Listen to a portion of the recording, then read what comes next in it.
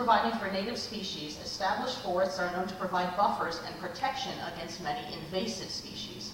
Kudzu and myoleminate are two invasive vine species that can grow up to a foot a day and primarily infest cleared, sunny, and open areas as well as disturbed forest.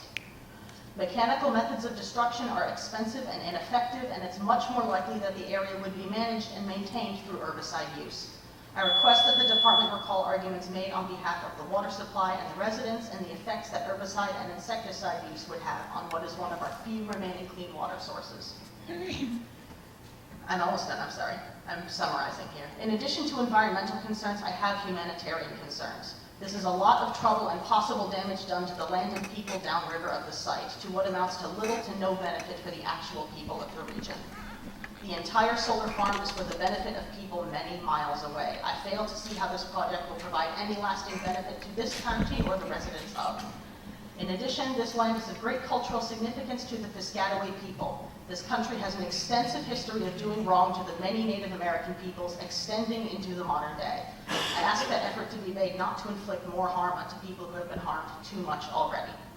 I request that the permit be denied and that Georgetown University reconsider its location in order to set a good example for other parties interested in solar energy. I also hope that the state will work together with the landowners, environmental groups, and the Piscataway people in order to protect this piece of Maryland's culture and natural heritage. Thank you. Thank you. And thank you for your patience.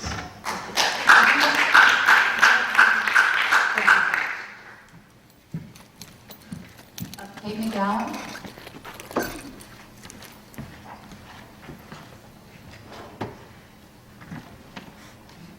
Hello. So I'm asking you to deny this permit application. And foremost, I would like to request that you also consider, when considering this permit application, that you consider the additional project on Josie Bailey Place, which will increase the cleared area of this project. It's the power substation that's associated with it. It's technically a separate project, but we know that a solar farm won't work without power substation. That's on Josie Bailey Place and will increase the cleared area by another 50 acres. So I'd ask that you consider that as well. I also would like to make a comment. Earlier, it was mentioned that there are small spots of wetlands on the property, but even a very small wetland can contain a lot of biodiversity. So I would have an issue with the permit application. On the permit application in section 7, it says public need. It marks economic, health and welfare, and other. It says supplemental energy generation into the grid. So in terms of economic impact, they are taking the trees from this area. They are lumbering them. Origis their parent company is based not in the United States, but in Cyprus. So there's no immediate economic benefit coming to Maryland at all because Georgetown is benefiting from this. In terms of health and welfare, I fail to see how solar panels, raising forest to build the solar panels are helping our health and welfare at all. And in terms of supplemental energy generation to the grid, all of this electricity has been promised to Georgetown. It's not going to local customers, so there's no public need. I'd also I have a question about alternative sites. It says on this application that they have considered 2 to 4 sites, but you've heard multiple comments about all the other suitable sites in the area. I find it very suspicious, very concerning indeed. Southern Maryland has no shortage of former tobacco farms that are empty fields. There are former gravel pits. There are former airstrips. They're all potentially available. That information about whether or not those were looked into has not been made available to the public, and I find that very concerning. Thank you. I also would like to say that we have not seen the promised results of Georgetown's environmental impact assessment. They promised us we would see it by this hearing, and we have not seen it. And I find that absolutely egregious that they can continue to lie to us and continue to lie to the state. I mean, I couldn't get a Medicaid I can enroll in health insurance if I had $1 difference in estimate for my income, but they're allowed to completely make up dates. And to the state, thank you. Thank you.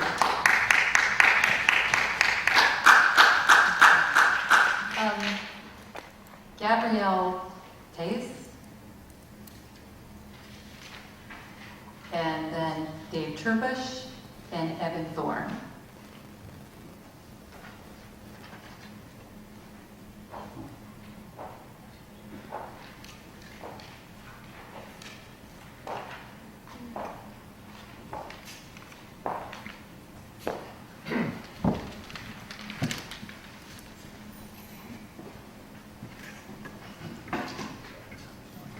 Sir, are you Gabrielle, Mr. Tace?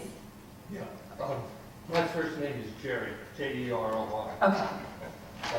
My first name is Jerry Faith, J-E-R-R-Y.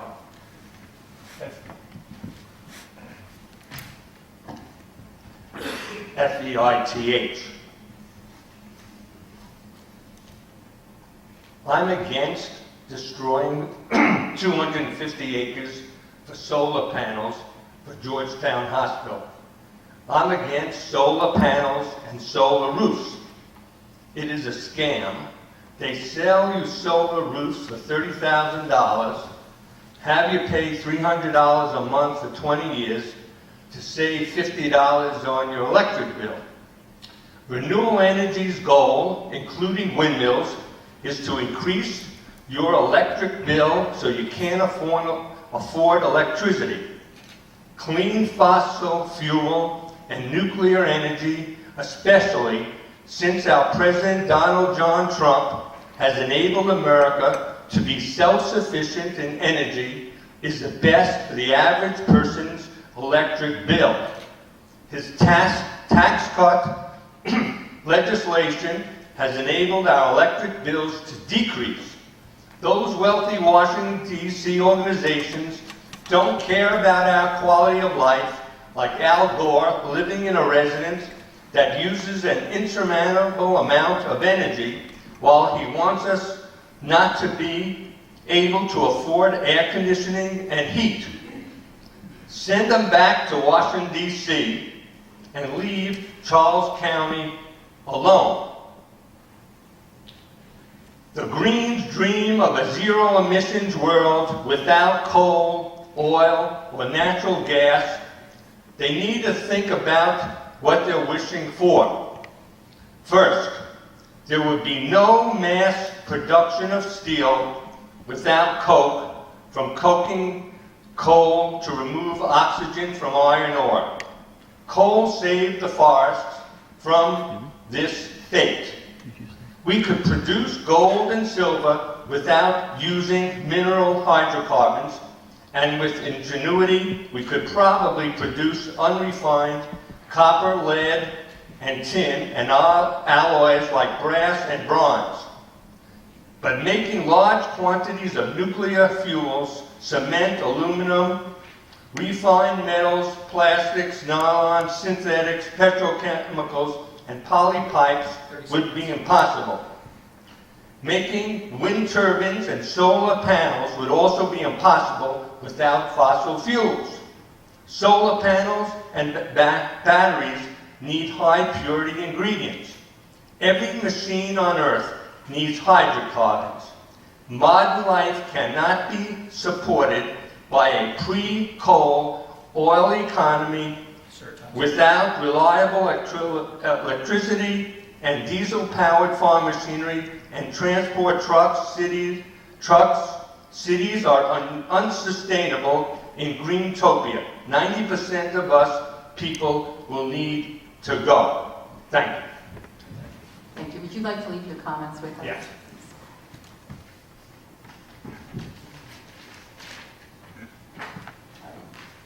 Dave Turbush, Evan Thorne, Deborah Boyd.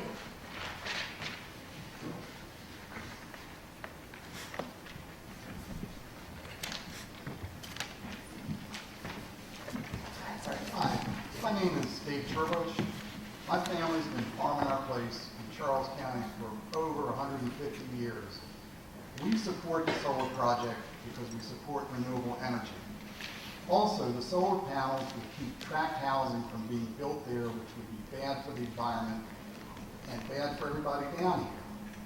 We support the solar project because it's a way for the family farmers like us to raise money to care for the old folks without selling out to the housing developers.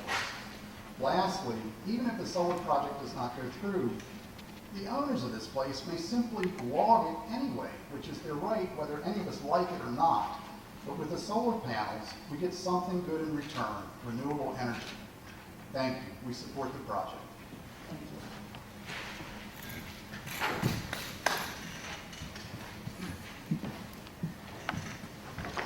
Hello, my name is Evan Thorne, and I own three parcels of property in Nanjemoy. One is a farm, one is all forested, in which I do intend to timber in the future, and one where my home site is. And I'm in favor of the project. I think that it is better than a neighborhood being on this farm, it being subdivided, and renewable resource, renewable energy that's low impact is the thing of the future, and I approve of it. Thank you. Thank you. Deborah Boyd. James Baser.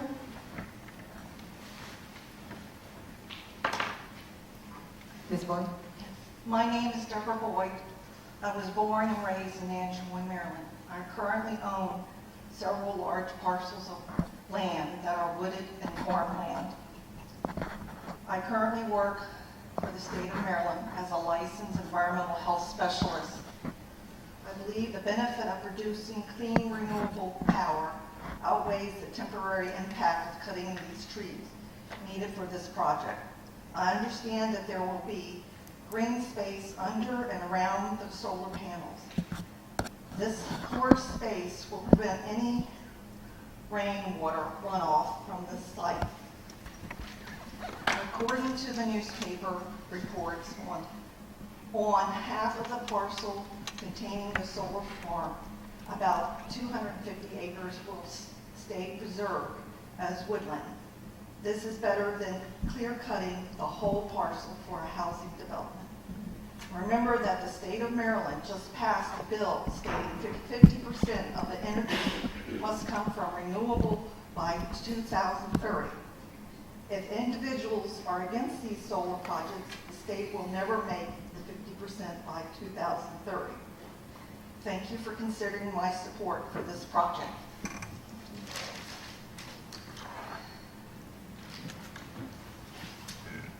Ms. Boyd, would you like to leave us with a copy of your remarks? Sure. Thank you.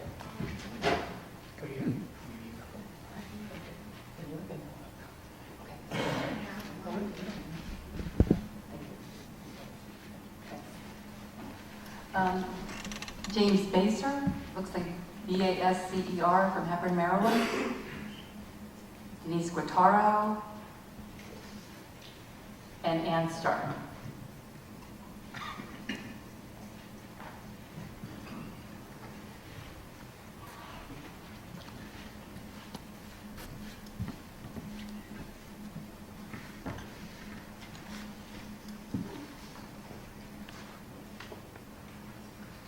Good evening. My name is Denise Guitarra, D-N-I-S-S-E.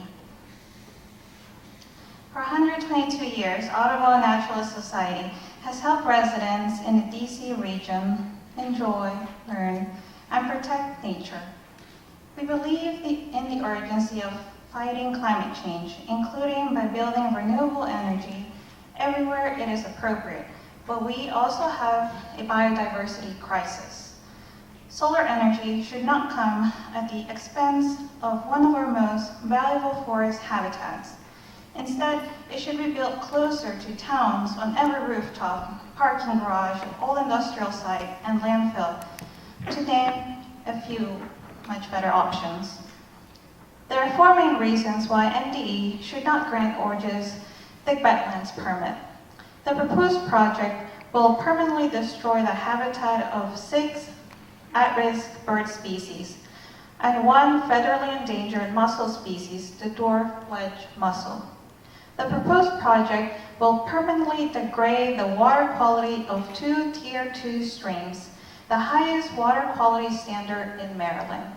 The property will need to be clear of trees and graded to remove slopes, which will generate both sheet flow and sediment runoff that will erode and fill the two streams and then flow into the Chesapeake Bay.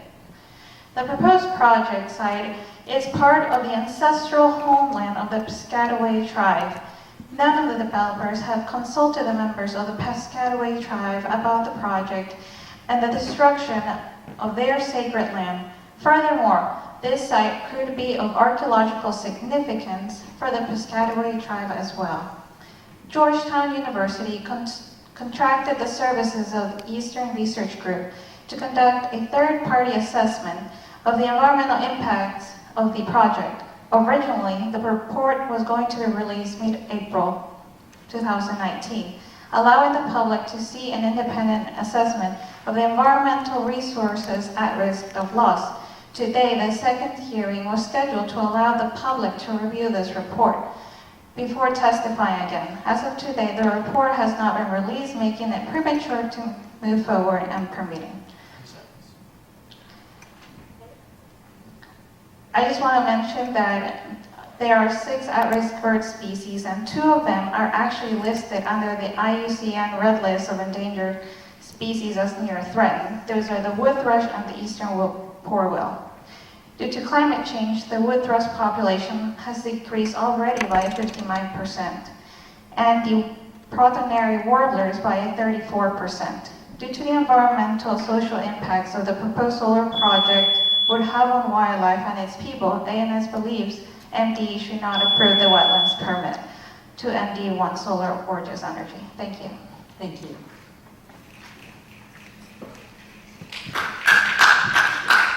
Ann Stark, and then Neil Gormley.